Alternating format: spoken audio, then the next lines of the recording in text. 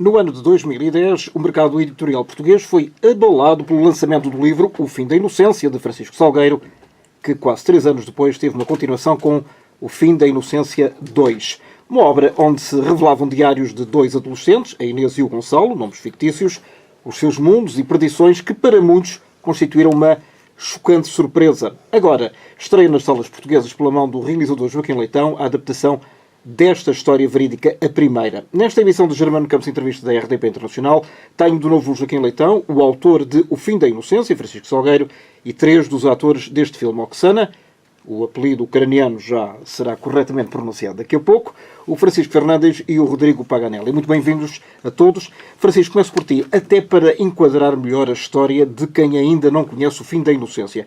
Que história é esta que os adultos ou não acreditam na sua veracidade ou preferem então não conhecer?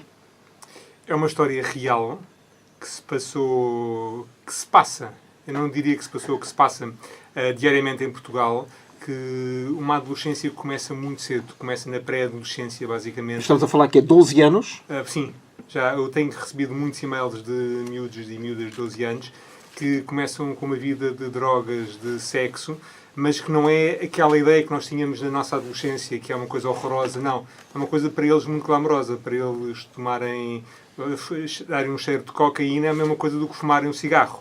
Para eles beberem até caírem para o chão, é um objetivo da noite, não é uma consequência da noite. E os pais não sabem disso? E os pais não, porque os pais vão muito... Como assim? Não há sinais exteriores de uma certa noitada?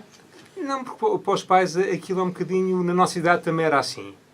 E acham que é normal ser assim. E depois também temos aqueles núcleos familiares muito desagregados, em que os pais perdoam muito mais aos filhos beberem desde mais cedo, porque não lhes dão atenção, não têm tempo para eles, e portanto tudo passa normalmente. E a cocaína não tem nenhum efeito muito visível quando chegam a casa à noite. Ou aliás, quando chegam a casa de manhã. Não, é só no dia seguinte.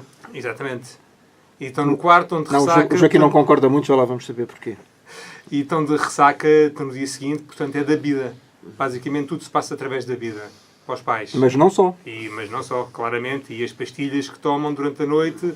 E portanto chegam a casa, eu tenho muitos exemplos de mails que me foram chegando, que chegam a casa completamente fritados, que é o termo que utilizam, e em que para os pais foi só apenas mais uma noitada, mas que aquilo lá por dentro está numa ebulição total.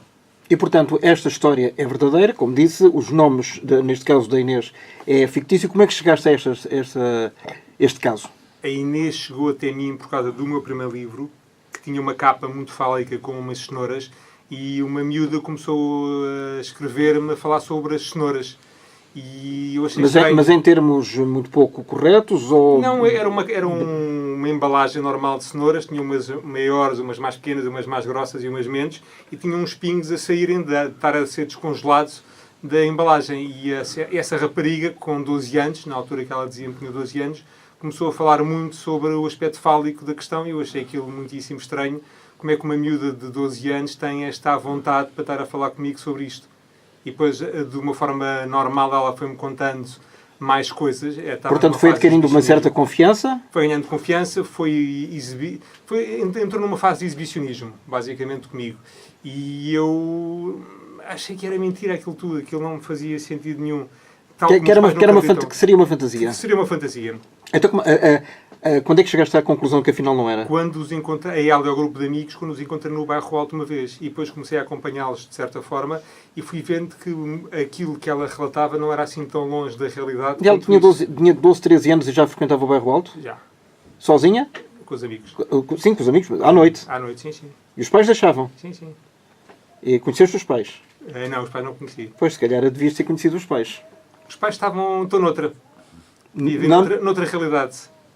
Uma realidade à parte. Deixavam-na só. Ela era filha única? Não, tinha uma irmã. Tenho uma irmã. Mais velha? Mais velha, sim. E a irmã acompanhava também nestes desvarios? Porque eu acho que com 12 anos acho que é o que podemos chamar. No livro não acompanha muito. Há uma desagregação muito grande entre o núcleo familiar, que é o que se passa muito hoje em dia, aquilo que se nota muito, há uma desagregação a nível familiar, que não há valores que sejam dados. Mas os pais não são divorciados? O pai não tinha morrido e era o padrasto, vivia com a família. E depois há um nível escolar que também não está adaptado hoje em dia para este tipo de novas situações que surgem. Mas é uma família rica, que é uma família com posses, pelo É uma menos. família rica com posse, mas eu acho que é muito importante dizer que eu tenho feito palestras de norte a sul e isto é muito transversal. Não só no litoral, como no interior, com pessoas de meios sociais mais elevados e meios sociais menos elevados. Portanto, isto aqui é muito transversal. Joaquim, bem-vindo de novo. Estiveste aqui há relativamente poucas semanas a falar do teu primeiro filme deste ano.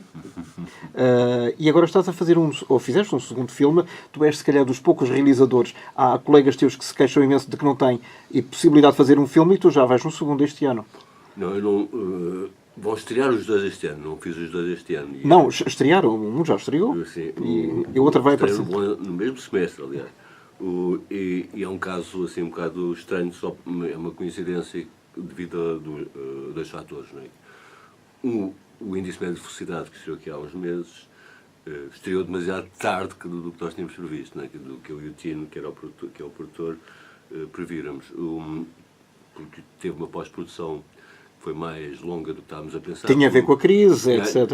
Não era por causa disso. Não, eu estou a dizer a temática. Tinha a ver com a crise. E, portanto, como tinha uma voz off muito dominante, ou seja, que era uma coisa... O Índice Médio de Felicidade era também a adaptação de um livro, e essa voz off demorou muito tempo a apurar. Portanto, aquilo demorou mais tempo do que nós estávamos a pensar. E, portanto, aquilo estrear no ano seguinte que tínhamos previsto. Este aqui foi o contrário. Portanto, quando nós começámos a rodar, que já foi no verão, já tínhamos data de estreia prevista para 30 de novembro. E cumpriu tudo. E cumprimos, quer dizer, portanto, foi apertado, mas cumpriu-se e eu sinto, nem estrearia de outra forma, que o tempo, que o facto do tempo ter sido curto não influenciou nada a qualidade do filme, que eu acho que, pronto, da qual eu, pelo menos, estou orgulhoso. O que é que te atraiu nesta história do Joaquim? A parte que me atraiu, quer dizer, portanto, aliás, para sermos justos, eu tenho que dizer portanto, que a ideia de fazer este filme não partiu de mim, partiu da produtora Ana Costa, que já contratou com o Francisco, portanto, e começaram a fazer começou-se um trabalho de argumento que foi prévio a eu entrar. No princípio do ano, a Ana ligou-me, convidou-me para ler o livro e para ler um argumento que já estava feito, e eu li e vi na história, portanto, no livro e na própria adaptação, que me apeteceu fazer. Não é? Portanto, e aqui a mim o que me atraiu mais foi o lado do qual eu tinha muita saudade. Quer dizer, portanto, eu já tenho 60 anos e, portanto, a juventude, a adolescência é uma coisa que já ficou muito para trás. Mas estamos a falar há 40 anos, anos 70, mais ou menos. Sim. Mas a história desta miúda, aquilo que vem retratado, aquilo que o Francisco escreveu, não tem nada a ver com a nossa geração. Há uma coisa que tem a ver, que é, isso eu lembro perfeitamente. Essa parte foi há muito tempo, mas lembro. Que é o sentimento de vertigem, da vontade de experimentar tudo. Isso faz parte. De tomar decisões quer dizer, sem pensar nada, e essa vertigem de viver, não é? De experimentar a vida, as sensações que os outros já sentiram, a curiosidade que os outros já... Quer dizer, e isso aí, quer dizer, portanto, no tempo da minha adolescência era muito mais difícil aceder a uma série de coisas que hoje os jovens conseguem aceder com muita facilidade.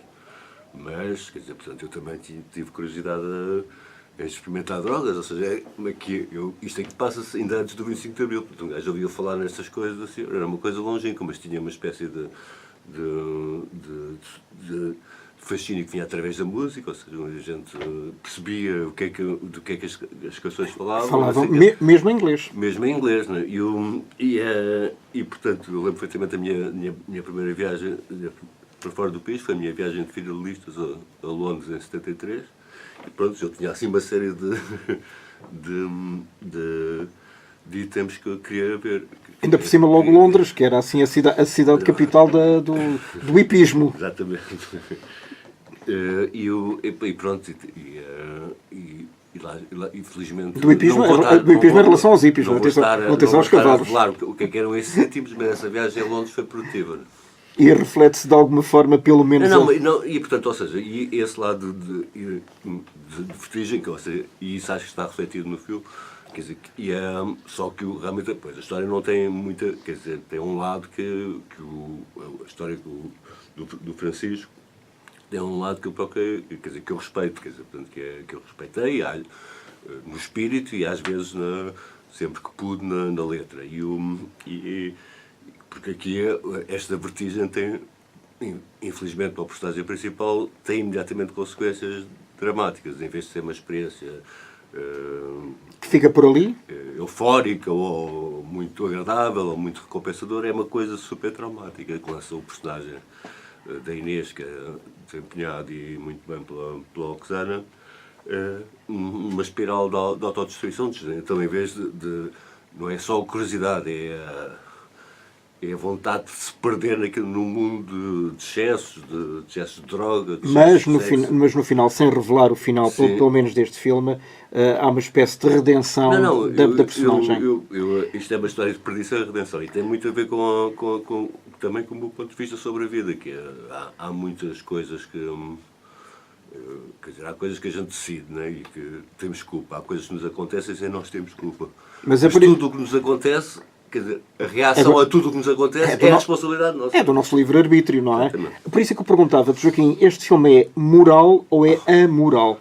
Isso aí não, quer dizer, eu não falo sobre as mensagens do filme, quer dizer, portanto, acho que os filmes, aliás, não devem ter mensagens. Mensagens manda-se por SMS.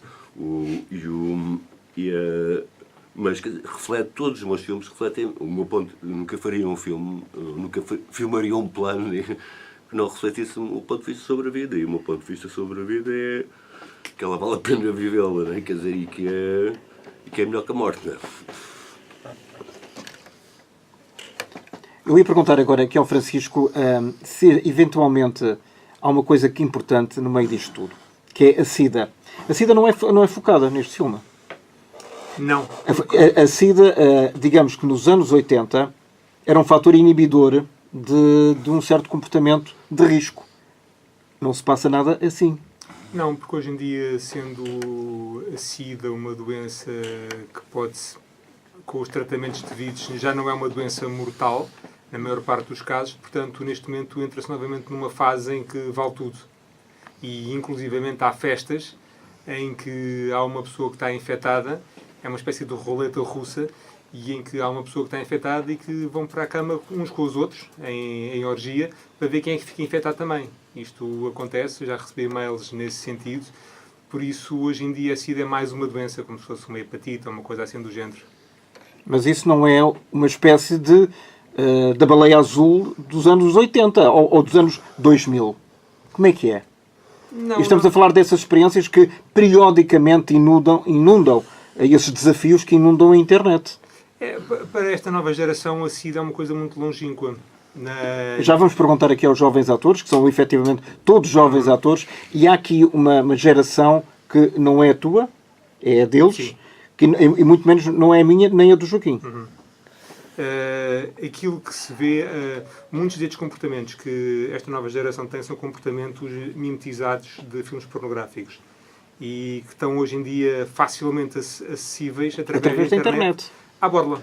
Antigamente, na minha adolescência, era um VHS que o amigo do amigo do amigo arranjava com uma qualidade péssima. Eu ainda vi em Super 8. Ainda vi em Super 8. E no cinema, e se calhar no cinema. Não, no cinema não vi, mas em Super 8, isso aí eu só lembro, havia assim umas projeções, antes do 25 de Abril, havia assim umas projeções, alguém tinha um projetor de Super 8 e arranjava-se. E o meu primeiro foi com uma freira, eu lembro perfeitamente, era uma história. Bom, confissões à parte, não é? Já agora, qual foi o teu primeiro filme pornográfico no cinema? No cinema? Não. Nunca fui ao cinema ver filmes pornográficos. Não. Nunca foste? Não, isso comprava em DVD. Não, e antes, antes das cassetes de VHS. Não, ao cinema nunca fui. Nunca foste. Não, e estava, só para completar, e hoje em dia a maior parte dos filmes, enfim, nem são filmes, são pedaços de sexo que há na internet, são sem preservativo. Portanto, essa mimetização acaba muito por fazer com que o sexo sem preservativo seja uma coisa muito aceite. É muito raro haver relações sexuais, da experiência que eu tenho dos mails que eu vou recebendo, em que usam preservativo. Isso não faz muito sentido sequer na cabeça. Então podemos do dizer que este é, ao contrário do sexo, drogas e rock and roll, é sexo, drogas e internet? Sim. Sim, porque a internet é o meio fulcral disto tudo. E por isso é que eu há bocadinho dizia que, tanto no interior como no litoral e os meios sociais em diferente, têm todos um aspecto comum, que é a internet, onde eles podem mandar vir a droga de onde quiserem, podem mandar vir as pastilhas, veem os pedaços pornográficos que existem por aí. E que desejarem, não é? Exatamente. Porque a internet é um mundo, para o bem e para o mal. Porque muitas vezes os pais têm a ideia de que se o meu filho não sai à noite, está protegido.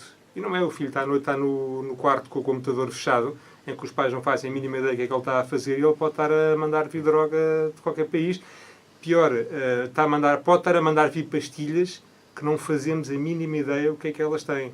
Em vez de ter o MDMA, pode ter outra coisa qualquer que não fazemos a mínima ideia. E depois, como se vê, muitas vezes vão para o hospital sem saber o que é que vão tratar, porque não sabem o que é que tinha aquela pastilha. Provavelmente, pois, não sabendo exatamente qual é o composto químico. Joaquim, ao falarmos com estes jovens, estes 3 jovens atores e com os outros também atores, os mais jovens, claro, eu não estou a falar da Sofia Alves ou do Virgílio Castelo, o que é que aprendeste? Tu perguntaste, falaste muito com eles para tentarem perceber exatamente qual é que é o mundo deles. Não, isso não fizemos trabalho nesse sentido, né? Quer dizer, portanto, isso aí fizemos um outro trabalho, né? Que foi antes do filme, portanto, já trabalhando já sobre o argumento, portanto, eles fomos vendo cena a cena, fomos ensaiando e ouvindo, e portanto, havia imensas coisas onde o contributo deles foi essencial, porque havia, porque eles, por exemplo, isto não seja desta maneira agora, portanto, nós corrigimos, e eu aceitava, né? E portanto, depois discuti, e foi aliás muito compensador e muito agradável um processo muito agradável. O que é que tu descobriste? Quer dizer, descobri coisas que eu achava que se diziam num jovem por exemplo. Mas pronto, se calhar eles lembrar-se. Pois, mas eles... Não, isso só significa que estamos perfeitamente out. Não estamos. Estamos. Não estamos. Não, isso eu não digo. Quer dizer, eu acho que não estamos out tal, porque eu consigo comunicar perfeitamente com eles e eles conseguem comunicar perfeitamente. Eles só dizem aquilo que querem, não é? Mas eu isso aí, eu não sou uma pessoa muito sincera. Quer dizer, eu digo aquilo que me vai na cabeça, não faço, não conto histórias da carochinha, portanto, e acho que as pessoas entendem isso e também, na medida, acho que eu também tenho uma... Não digo que digo, quer dizer, o que eu não digo é tudo, não é? Quer dizer, não digo tudo o que me vai na cabeça, mas aquilo que digo é aquilo que eu digo. E acho que isso, e portanto, eles acho que eram também francos comigo. Portanto, o que eu tentei, quer dizer, portanto, o facto de eles serem jovens ou não jovens, para mim é completamente indiferente. Eu quero é bons atores, não é? Quer dizer, que encaixem na minha ideia dos personagens. E o que é que lhes pediste em determinadas sequências quando eles são levados aos limites da intensidade emocional?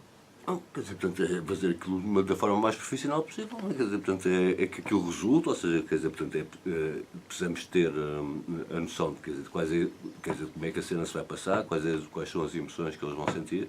Mas, quer dizer, portanto, eu quando escolho atores é porque acho que eles têm talento e são inteligentes, não é? Portanto, eles, quer dizer, portanto, eu gosto muito de estimular e depois de às vezes ser surpreendido muito agradavelmente com aquilo que eles próprios pensaram em casa e a maneira como eles abordam as cenas. Também, se não gostar, também digo, não é? Mas esse lado, quer dizer, passou-se igualmente, igual em todos os filmes, quer dizer, para mim não neste caso, havia uma cena que a mim era particularmente chata de filmar, porque é uma cena de violação que para mim me custa... ou seja, me custou encenar e que me custou... Quer dizer, eu próprio estava a ver aquilo no monitor e a minha vontade era desviar o olho, quer dizer, porque aquilo não era uma coisa... Mas pronto, tentei ser profissional, não é?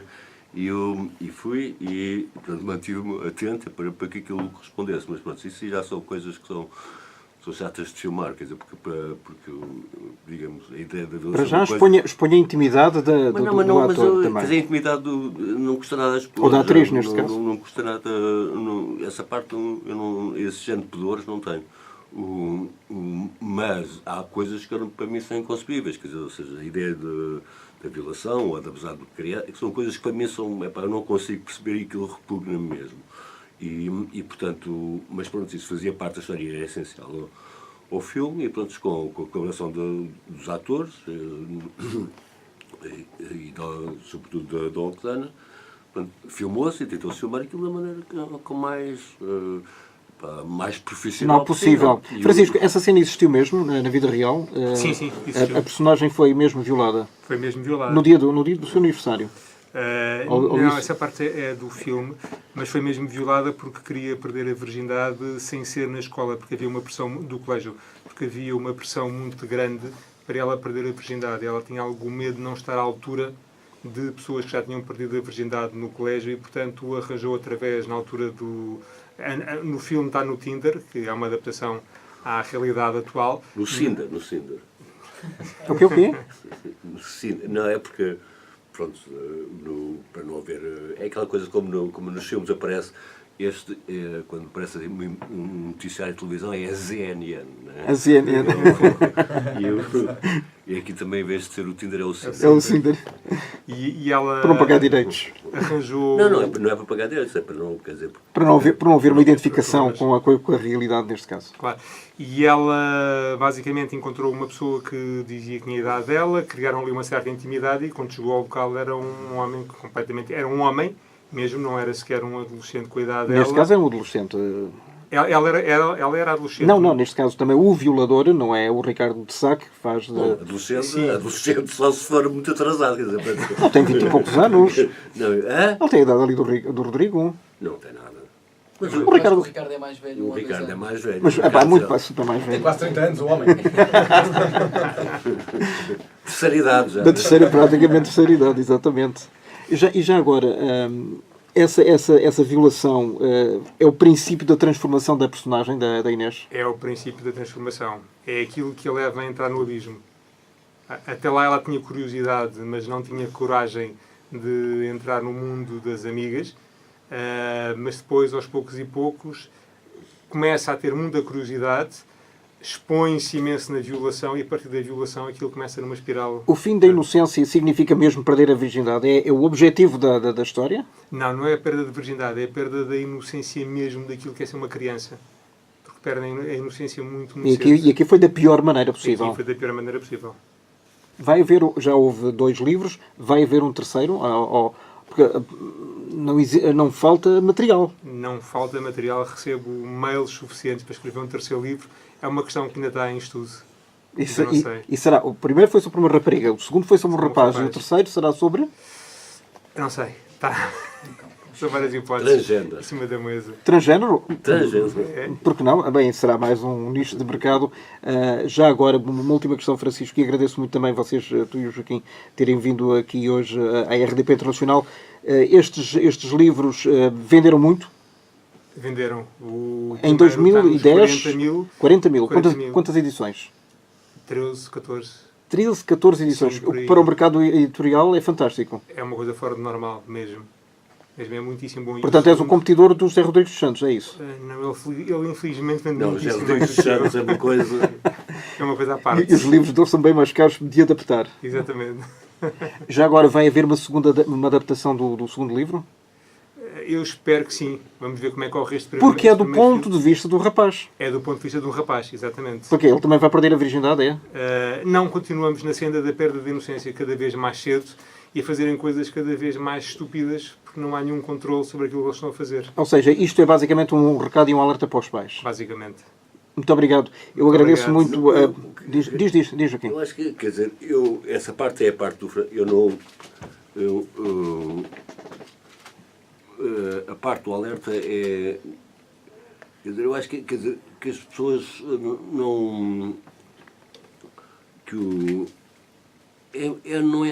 Quer dizer, portanto, para mim é informação... Quer dizer, ou seja, eu quando qualquer filme e qualquer livro são inspirados em histórias reais, mas são ficção. Não é? Quer dizer, portanto, eu desde que ponho uma câmara, ou o Francisco desde que escreve uma linha, há um ponto de vista que é o dele e um ponto de vista que é o meu. E, portanto, isso é refletido em tudo, mesmo no telejornal, não é? Quer dizer, porque aquilo deixou de ser realidade. Não é? Mas está lá no princípio. A gente escolhe uma parte da Joaquim, mas no princípio do filme está lá baseado numa história verídica. Mas isso é não verdade. É mas o que eu estou a dizer é assim, é que há uma coisa que eu acho que a gente também tem que ter cuidado. Não é? Quer dizer, nem eu nem o Francisco somos sociólogos. Eu não faço ideia, quer dizer, ou seja, eu não tenho dúvida nenhuma que estas coisas acontecem, ou coisas parecidas com estas acontecem. Mas não sei se também são a maioria das pessoas, são parte das pessoas. Há coisas que me impressionam. Quer dizer, portanto, eu, por exemplo, assim, por exemplo, a coisa que a mim mais me chocou foi uma vez também estava a participar como ator no filme e estava ali junto à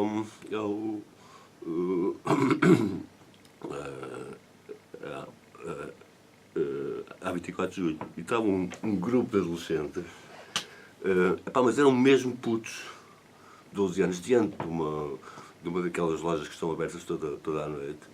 E então estavam com coisas de cervejas, aquelas garrafas de 2 litros. Um botelhão, não é? Um botelhão a beberem, mas quer dizer, como eu estava a dizer há bocadinho, quer dizer, ou seja, o objetivo daquela noite é ficar bêbado o mais rapidamente possível. Estamos a falar com 12, 13 anos? Eu não sei se tinham 12, 13 anos, mas pareciam isso. Agora, quer dizer, o grupo que lá estava eram para aí 50 gajos, né? Quer dizer, não sei se aquilo que a gente está a falar é uma coisa que é dominante, né? Porque se a maior parte dos adolescentes realmente fazem isso, ou se são 50%. Ou não, já agora, Francisco, esta miúda, esta Inês, é a exceção à regra ou é a regra? Como o Joaquim diz, não faço ideia. Se recebo muitas histórias, agora se são 20%, 10% ou mais, não faço ideia. Quer dizer, portanto, eu só que essa parte que eu quero sublinhar. Quer dizer, e vamos lá ver se algum miúdo ou algum pai se sente retratado. Agradeço imenso. Vou pedir ali ao Francisco e à Oksana que se dirijam aqui ao microfone para realmente enquadrarmos também estas duas personagens que são muito importantes neste filme, o fim da inocência que nos traz hoje aqui a conversa. Muito prazer. Qual é que é o teu apelido, Oksana? Olá, antes de mais. Olá, bem-vinda. É Oksana Tkacs. Portanto, posso só falar em Oksana? Sim. Muito bem. Já estou habituada. Muito bem. É só para e para evitar quaisquer problemas linguísticos e diplomáticos, naturalmente. Não é? Se eu disser qualquer coisa em ucraniano, pode soar mal e depois temos aí qualquer problema. A tua personagem, que é a Inês, sentes-te de alguma forma, não é retratada, mas próxima dela ou não? Eu diria que não, porque a Inês e a Oksana têm uma realidade bastante distante, diria eu. Não somos de todo... Eu não sou de todo a tal Inês, portanto desempenhei um papel, digamos, difícil, por ser tão diferente daquilo que sou. Eu sou uma pessoa super conservadora e a Inês não é, e vai perdendo essa... Quer dizer, não é... Até determinada altura. Até determinada altura, sim. Até que ela vai se transformando. Essa que ela tinha, sim. Ela vai se transformando. Sim, vai se transformando. Tu conheceste a verdadeira Inês? Não. Gostavas? Ou gostarias? Não tenho qualquer... Curiosidade? Não, acho que não. E acho que não há... É como eu digo, eu não acho que isto seja ela uma existe. realidade. Sim, ela existe, está viva. Tem quantos anos ela, a Inês, atualmente? Não sei.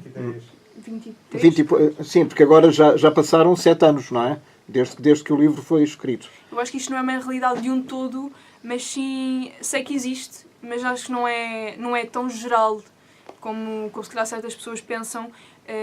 Porque eu sou, se calhar, sou uma exceção, eu não estou inserida nesse meio, nesse mundo, nessa realidade. Mas sei que acontece, como é óbvio, mas também sei que hoje em dia também há muitos jovens que não o fazem. Tenho conhecimento de muitos amigos também e tenho muito orgulho de não sermos assim. Eu experimentei o meu primeiro cigarro, eu com 20 anos, experimentei o meu primeiro cigarro no filme, para filmar. Tens 20 anos? Tenho 20 anos, sim. E experimentei o meu primeiro cigarro no filme, porque tinha de ser, senão também não teria feito. E não fiquei viciada, não, foi uma experiência, digamos, não muito boa, não adorei. e não vou voltar a experimentar. Estamos a falar de cigarros ou estamos a falar em algo mais? Não, cigarros só. Só cigarros? Sim. Porque aquilo que se fumou é só cigarrinhos, não é? Sim. Não há mais extrapolação. Francisco, Não é nada, são cigarros, é tabaco enrolado. tabaco enrolado, portanto, a fingir Parece que algo. parece algo mais do que mais. isso. Tu és, é o teu primeiro filme, Sim, é o meu primeiro filme. é a tua É a estreia. minha primeira estreia, que grande estreia. E quando te convidaram, como é que tu te sentiste? Foi através de castings. Isto tudo começou há 3 anos atrás, com o Nicolau Breiner. A quem eu aproveito mais uma vez para tirar o meu chapéu, para lhe mandar um abraço onde quer que esteja. É verdade, é verdade. E um grande homem, uma grande personagem de grande renome em Portugal. E pronto, e agora, passado 3 anos, sei que o filme voltou a ser retomado pela mão de Joaquim Leitão. E isto foi tudo um processo, foi tudo acontecendo, acho que foi chegando até mim e não fui eu que fui procurando. Como eu costumo dizer, nunca quis ser atriz, nunca tive aquela loucura de ser atriz ou de... Mas agora que já fizeste o filme, Agora que já mudaste, fiz o filme, mudaste a opinião? talvez. Isto ainda lá está, é um processo todo que ainda estou a tentar descobrir e perceber o que quero fazer realmente na minha vida, porque estou a estudar e é um curso que estou a adorar, portanto o meu Já futuro agora, neste momento é muito incerto. Qual é? Ciência Política e Relações Internacionais. Uau! Temos aí uma futura diplomata ou uma futura ministra Sim, dos, quem negócios, sabe, quem sabe. dos negócios estrangeiros. Quem sabe, sim. é um dos desejos. Portanto, eu vejo-me assim um bocadinho dividida. Mas estou indecisa. Tens namorado? Sim. Ele já viu o filme? Não. Já lhe contaste o que é que acontece no filme? Sim, já tenho conhecimento de tudo o que se passa no filme. E pronto. Faz parte da minha zona de desconforto, lá está, por ter saído da pessoa que sou, por ter feito coisas que se calhar na minha vida real não faria, como fumar tabaco, lá está, ou experimentar... o que é que nós fumámos? Heroína? Haxixe? O que é que nós fumámos? Foi... Nós experimentaram mais ou menos. Experimentámos, mais ou menos sim. tudo. Experimentaram mais ou menos Tudo isto entre Sim, aspas, tudo isto entre aspas. Sim, as drogas todas no geral, as pastilhas. Mas sim, tudo fictício, atenção. Sim, tudo Sim, fictício, sim. Tudo como é óbvio. fictício. Como é óbvio. Menos tabaco. Neste Tabaco momento o era tabaco, sim. Só que uma Diz, questão Joaquim. é que é mais uma vez a questão da realidade. Diz já. É mais uma vez a questão da realidade. Quer dizer, portanto, se eles estivessem drogados não conseguiam representar. Exato. Naturalmente. Por isso, mas estavam sóbrios. Esqueciam-se do texto. Não, eles são muito bons atores, o Francisco e o Rodrigo, que já têm muito mais carga de anos.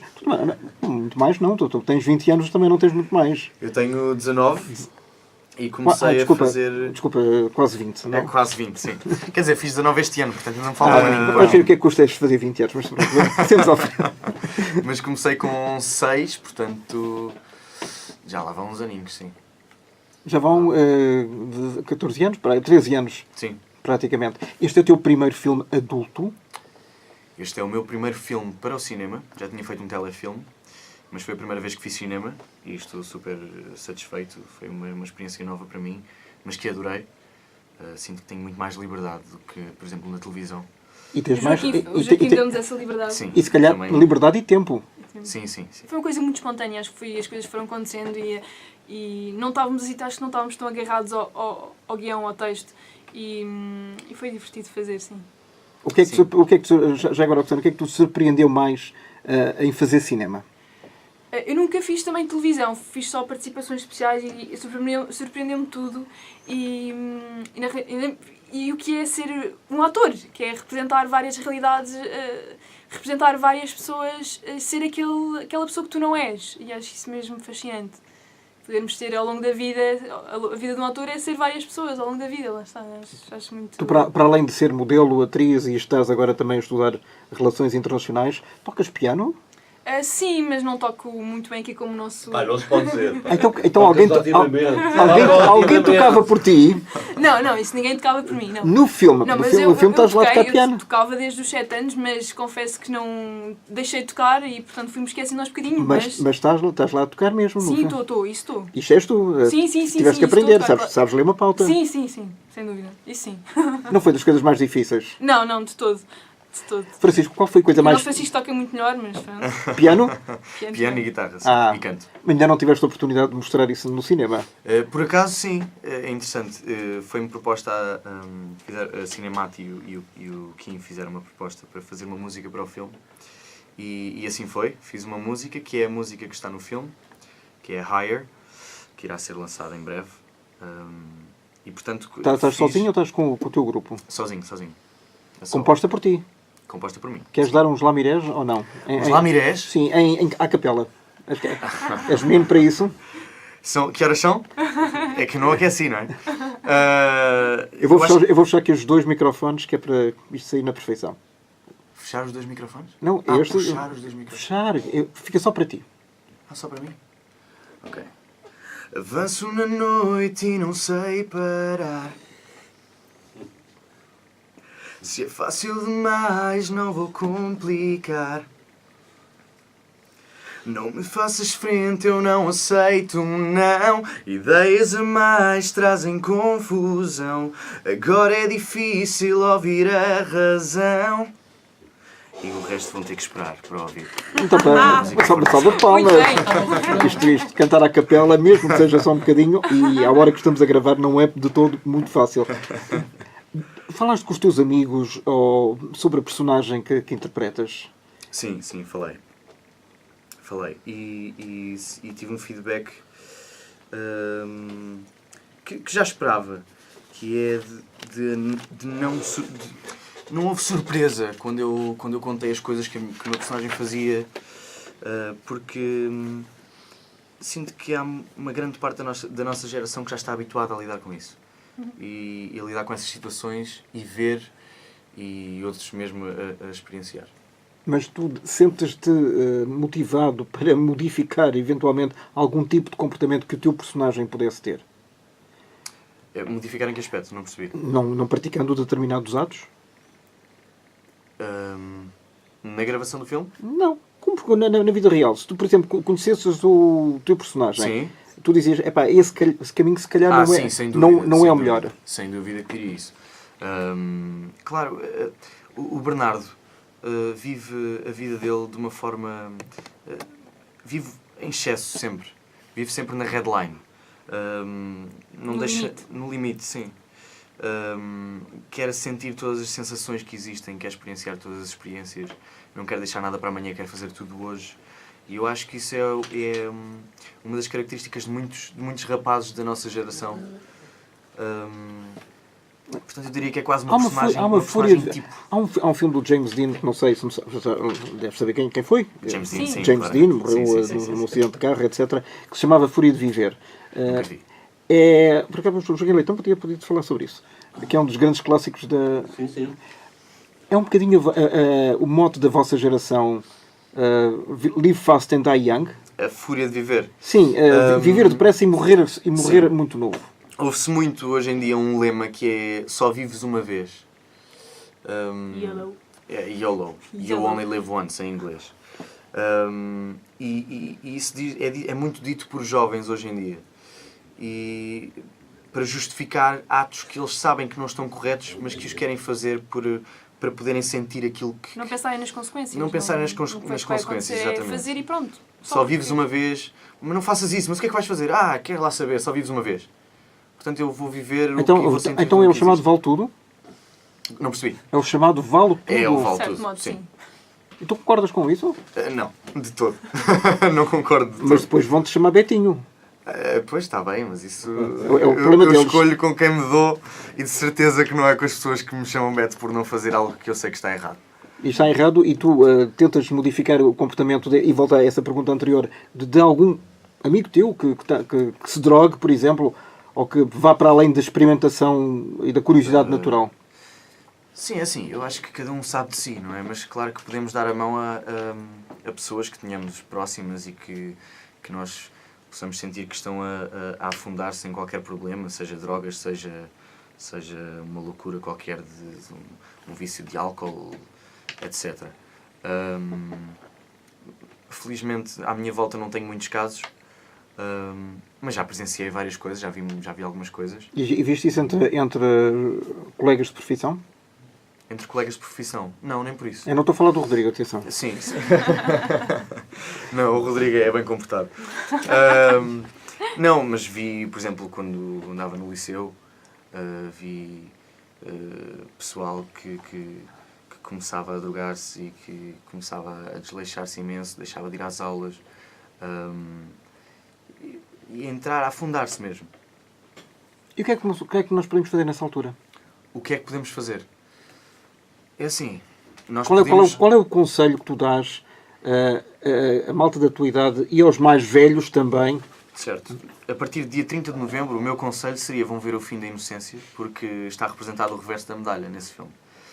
E acho que é uma boa forma de várias pessoas que estejam nessas situações ou que estejam curiosas também verem que não é só uma boa sensação de se sentir mocado ou de sentir que se está a viver no limite. Também há as consequências, porque essas pessoas normalmente não pensam nas consequências quando estão a praticar esses atos. Porque são consequências mesmo muito graves e que até Certo. podem levar à morte. E acho que a maioria das pessoas não tem noção disso. E continua? Não, diz, Roxana. Eu ia dizer que hoje em dia temos muito... Isto não é uma coisa que é só de agora. É verdade que temos mais facilidade em obter tudo e mais alguma coisa. Temos a internet, as redes sociais, mas por outro lado isto tem-se vindo a fazer ao longo das décadas, pelo que... Dos séculos. Dos séculos. E até que na década de 60, 70 achava-se que fumar até fazia bem, não é? E Até antes. Aconselhado por médicos. aconselhado por médicos até, é verdade. E hoje em dia... Era o sinal de virilidade. Dos cowboys. Dos cowboys, do Marlboro, etc. E hoje em dia... Depois morreram todos de cancro da garganta. E hoje em dia temos até nos maços de tabaco o aviso, a consequência, o resultado de fumar. Só que lá está, cada um faz a cama onde se deita e eu acho que... Deita-se na cama que Deita-se na cama que faz. Estava aqui, já estava a fazer muito sentido. Exatamente. E há simplesmente pessoas que já não querem ver as consequências. Tu aconselhas a malta da tua idade, dos 20, a partir dos 12, 13 anos, a irem ver este filme. Sim, talvez a ponderar melhor nas ações que tomam. Sim, sem dúvida. Com 13 anos não é muito novo, não, para ver este filme. Percebem a história, percebem as consequências e os riscos. E os riscos, sim. Certo. Eu acho que, para ser sincero, eu acho que os adolescentes, vamos lhes chamar adolescentes, de 13 anos, Não são bem adolescentes, são pré-adolescentes. eu acho que conhecem, É? têm conhecimento Sim, de sim. todas essas... São pré-adolescentes. Pelo menos o pessoal que vive em Lisboa, porque é a comunidade que eu tenho à minha volta. Eu sinto que têm conhecimento de tudo isso. Os provincianos Apenas não mostram à frente das famílias, etc. Mas eu acho que conhecem sexo. Eu acho que todos já viram um filme pornográfico. Eu acho que todos sabem o que é uma droga. Todos até podem não saber qual é que é a cocaína, qual é que é o haxixe, qual é que é a erva, etc. Não sabem, mas sabem que existem.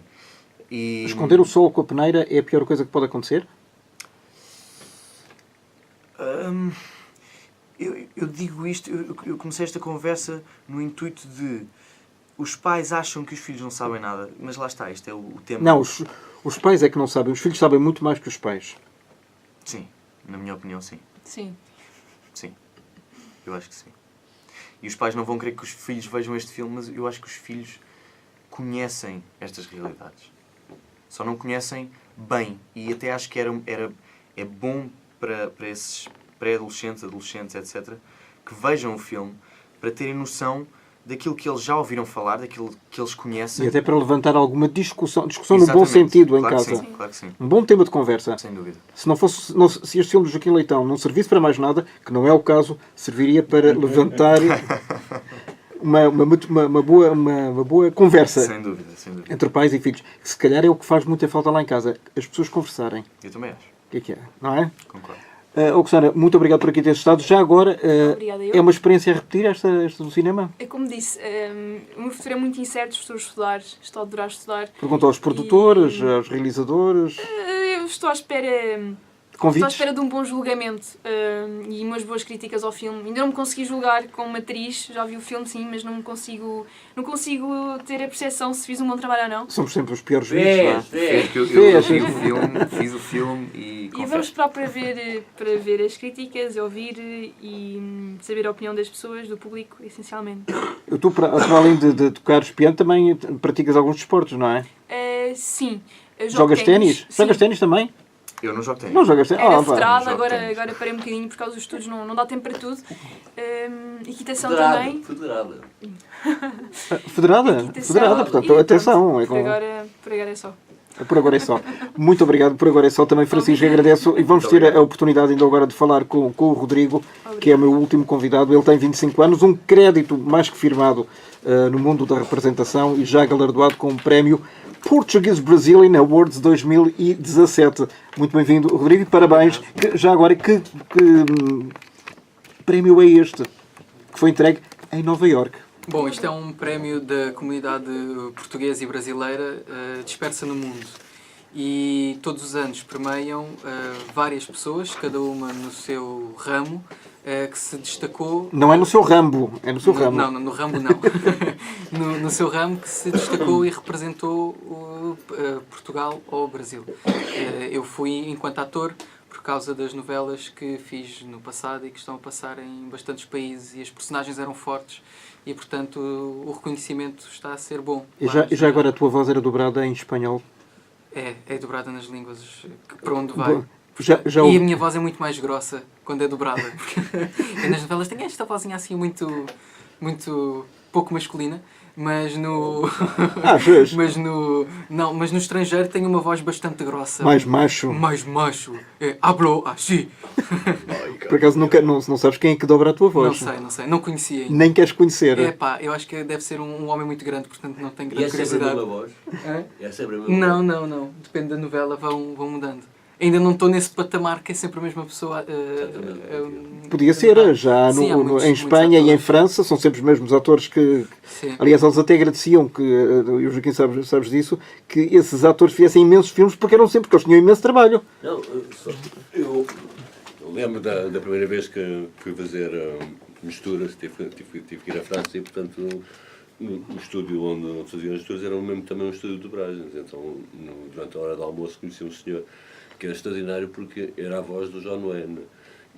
E era extraordinário porque realmente, no caso, a voz era mesmo muito parecida, mas era algo muito bizarro porque era ele, quer dizer, era a única coisa de que ele falava, quer dizer, portanto, eu sou a voz de John Wayne e que era uma confusão na cabeça dele muito estranha. Pronto, é só uma parte. Mas uma parte importante, não é? Rodrigo, o que é similar e de diferente entre a ficção e a vida real em relação ao teu personagem? No meu caso também, não é para me armar em santinho, mas é parecido com o dos meus colegas. Eu não vivi aquele extremismo, nem com 12 anos, nem com 15, nem com 18, 20. nem com 20, nem agora que tenho 25. Mas presenciei e presencio diariamente com esta realidade. E muitos dos meus amigos são as pessoas, os chamados os queimados. Conheço muita gente tratada assim. Acho que são rotulados injustamente porque não é por as pessoas experimentarem de vez em quando uma coisa ou outra ou fazerem disso algum tipo de hábito quando saem à noite que deixam de ser pessoas ou deixam de ter os seus objetivos de vida. Várias pessoas que eu conheço que levam uma vida bastante extrema são pessoas reconhecidas no seu trabalho e pessoas com boas vidas e tudo mais. Bom, Portanto, para já, há uma coisa importante, é que neste filme do Joaquim Leitão, o Fim da Inocência, os pais da protagonista são ricos, portanto têm dinheiro para ter uma vida super facilitada e se calhar a própria filha achava aquilo uma modorra, não sei. sim, mas acho que não tem muito a ver com a classe social, porque há muita gente que não tem dinheiro e arranja... E consome a mesma. Sim. Para arranjar dinheiro para o vício, arranja-se sempre. E não é uma dificuldade. Arranjar um trabalho, às vezes, é complicado, não é? Mas arranjar o dinheiro para quem está agarrado, infelizmente... Já agora, há uma coisa importante, e a Oksana falou nisso também, que é os perigos da internet. De facto, ela conhece através da internet uma pessoa que afinal ela julgava ser alguém que não corresponde nem à idade nem ao caráter. Isso já aconteceu também eventualmente contigo? Há pessoas que se vão envolvendo, entre aspas, online contigo e depois tu vens a descobrir que afinal são pessoas totalmente diferentes? Eu acho que a maneira de conhecer pessoas de hoje em dia é maioritariamente na internet. Se nós formos sair à noite, sair à noite se calhar uma pessoa bebe 2 copos e solta-se um bocado e até vai meter conversa. Mas vamos que estamos num café ou a almoçar com colegas ou alguma coisa e vemos alguém que nos agrada e até temos vontade de ir lá. Não temos coragem de lá ir. Não vamos. Já atrás do telefone, todas as miúdas que são mais ou menos giras e que não sei o quê, a pessoa mete conversa e tem a maior lápia do mundo e somos todos muito engatatões. E acho que isso acontece muito. E a maior parte das pessoas que se apresentam a mim para me conhecerem é nas redes sociais. Não vou estar aqui a dizer que não. E tu respondes? Na maior parte dos casos respondo, porque a conversa também começa sempre de uma maneira de gosto muito do teu trabalho, ou gostei muito desta personagem, ou... E quero-te conhecer pessoalmente. Pronto, aí já está a outra barreira, que é, nós às vezes passamos semanas a falar com pessoas nas redes sociais, a falar só. E quando chega a altura de, então bora lá tomar um café para nos conhecermos. Se calhar... Não tenho tempo. Se calhar não tenho tempo, ou acho que é mais o não tenho coragem, porque nós escondemos-nos muito atrás das tecnologias hoje em dia. Portanto, isto que aconteceu à Inês no filme, na vida real, é muito provável de acontecer. Se eu for ter com todas as pessoas que eu conheço apenas nas redes sociais, aposto que 30% delas são pessoas falsas. Já agora, Rodrigo, as miúdas, as adolescentes enviam-te fotografias despidas? Tenho de ser sincero. Tens que ser sincero, nós estamos aqui para outra Enviam, coisa. mas não são só as miúdas. Há um grande descaramento. Hoje em dia é tal coisa, atrás do telefone temos todos muita coragem. Eu recebo bastantes fotografias. Portanto, de rapazes e de raparigas sim. nus. Sim. Não que eu me agrade muito, mas sim, recebo. E a maior parte das vezes não são coisas bonitas de se verem. As bonitas nunca mandam. Fazem-se difíceis. Estou a brincar.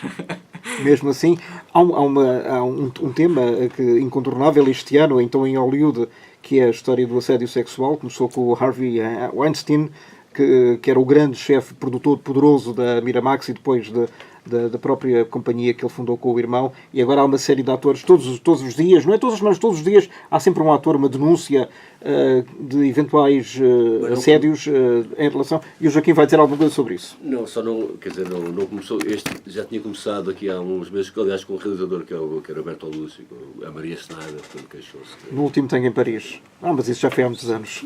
Mas agora foi em força. Agora, Mas agora foi em força. Isso acontece muito também em Portugal ou é uma realidade completamente diferente? Queres que eu seja sincero? Quero. Falando na minha experiência, não tive nenhum contacto com essa maneira de trabalhar, digamos assim. Ou seja, a mim, pessoalmente, nunca me foi feita nenhuma proposta, nunca fui convidado para nada em troca de qualquer coisa. Mas também estamos no meio que é mais ou menos protegido. As coisas sabem-se e dá barraca. Uma coisa que acontece, e até foi o Al Pacino que disse, quando estes escândalos todos começaram a acontecer, foi a partir do momento em que as reuniões, a maior parte das reuniões de produtores com atriz X ou atriz Y são feitas nas suítes de hotel, também não podemos ir para lá a achar que é só uma reunião, não é? As reuniões não têm... Há sempre uma segunda intenção? Se a reunião, em vez de ser na produtora, ou onde quer que seja, é na suíte do produtor, sem terceiras pessoas a verem, acho que quem tem 2 palmos de testa consegue entender o que é que se quer dali. Mas há uma coisa que é importante, Rodrigo. A maior parte das denúncias hoje que nós vemos, até este momento, são feitas por pessoas, atrizes sobretudo, com mais de 50 anos, 50, 60 anos. Ou seja, quando elas foram assediadas com 20, elas não diziam nada, porque tinham, ou temos hipóteses de fazer uma carreira, ou então temos que ceder um bocadinho à vontade tirânica do produtor. Mas foram escolhas feitas. Do produtor ou realizador, seja lá quem for. Mas as atrizes aí tiveram uma escolha, elas não foram... Ok, alguns casos fala-se até de uma violação aqui ou ali, ou de algum abuso. Um caso extremo. Caso extremo. Agora, se uma atriz aceita estar com um produtor ou com quem quer que seja, sabe ao que vai, para ter do trabalho, aí já é uma escolha sua, já ninguém pode dar a culpa ao produtor, não é? Não, essa parte exige intervir, não é? Podes falar, Rodrigo, podes chegar aí, esse microfone e o outro também, já agora.